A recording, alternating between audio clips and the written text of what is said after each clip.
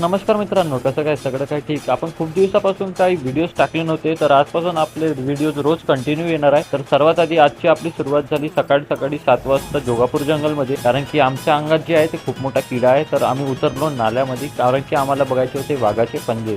मग आम्ही चालत चालत खूप अंदर गेल्यावर अखेरकार आम्हाला वाघाचे पंजे दिसले होते आणि वाघ खूप मोठा होता. तर आम्ही वापस निघालो आणि वापस असं निघालो,